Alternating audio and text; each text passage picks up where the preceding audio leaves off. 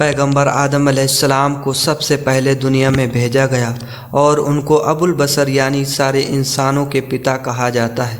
ہم سب انہی کی اولاد ہیں، اسی لیے انسانوں کو آدمی کہا جاتا ہے۔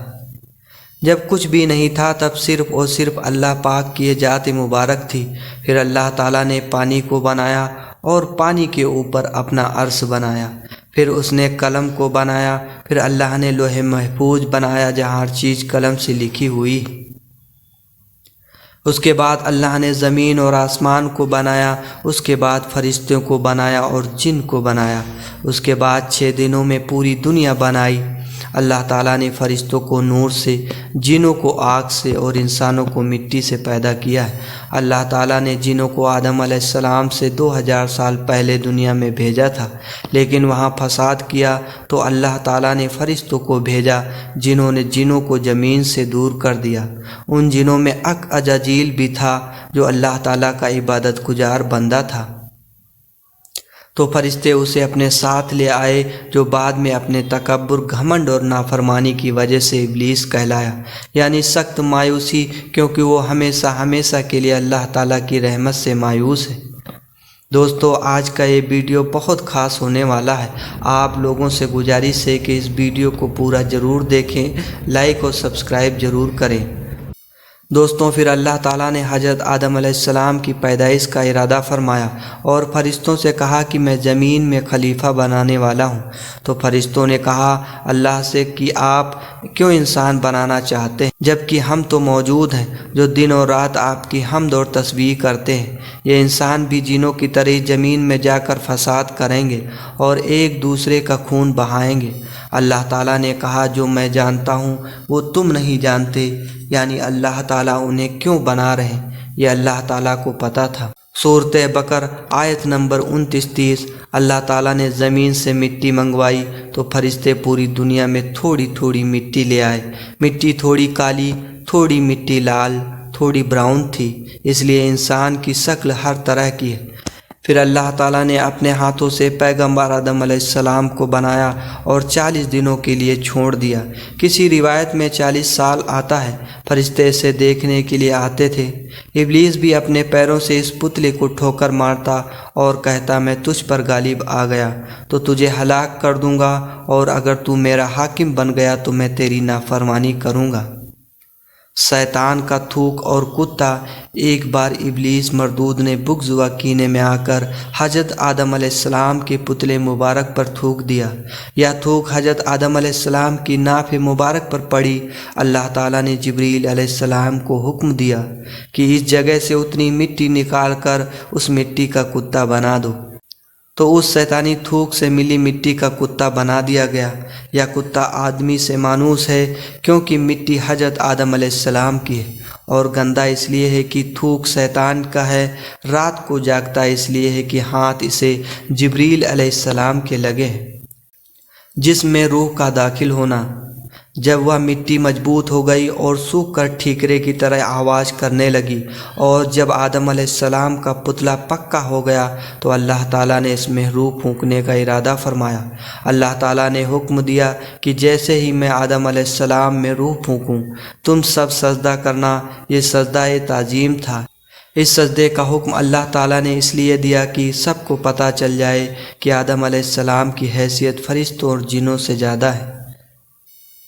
جب روح پھونکی تو روح سر میں داخل ہوئی اور آدم علیہ السلام کو چھینک آئی، تو فرشتوں نے کہا کہ آپ کا یہ الحمدللہ، یعنی تمام تعریف اور شکر اللہ ہی کے لیے ہے۔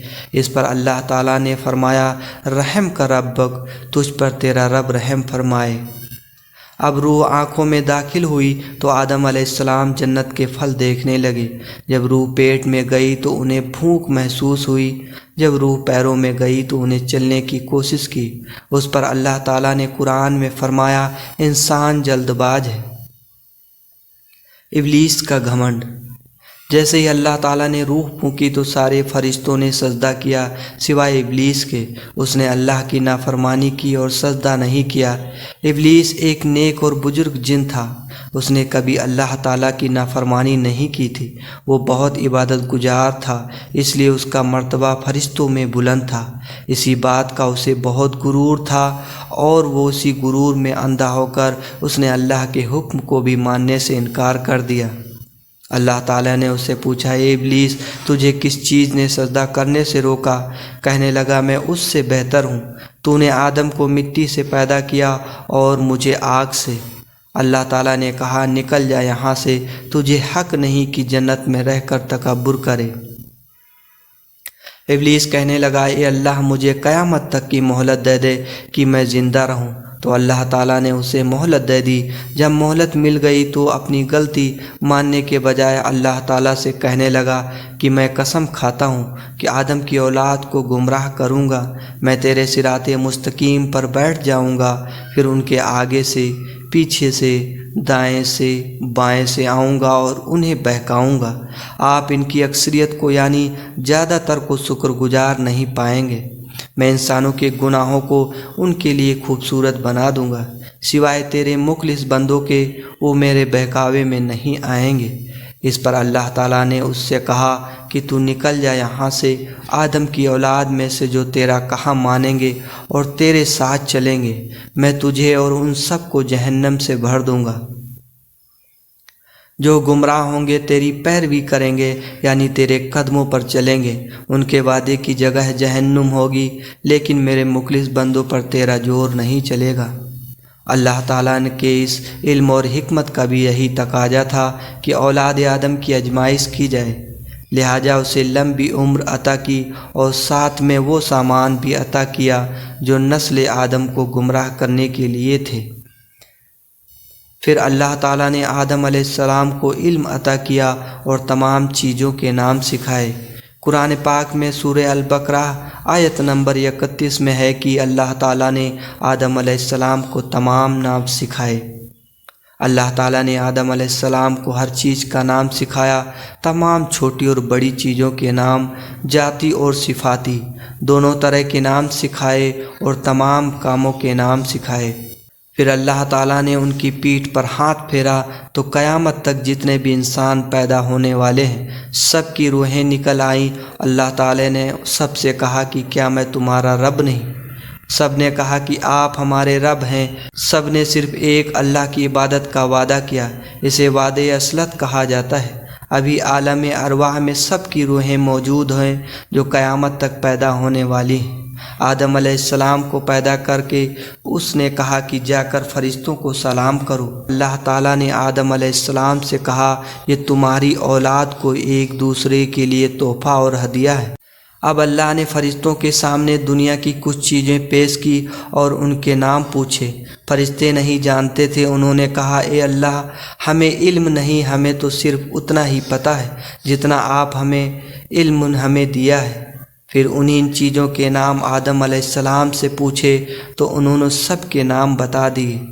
اس پر اللہ تعالیٰ نے فرمایا، کیا میں نے نہیں کہا تھا کہ مجھے زمین اور آسمان کی ہر چیز کا علم ہے؟ جو تم ظاہر کرتے ہو اور جو تم چھپاتے ہو وہ ہم سب جانتے ہیں۔ اگر ہماری ویڈیو پسند آئی ہو تو لائک اور سبسکرائب شیئر کرنا نہ بھولیں۔ اللہ تعالیٰ آپ کا ہمارا حامی اور مددگار ہو۔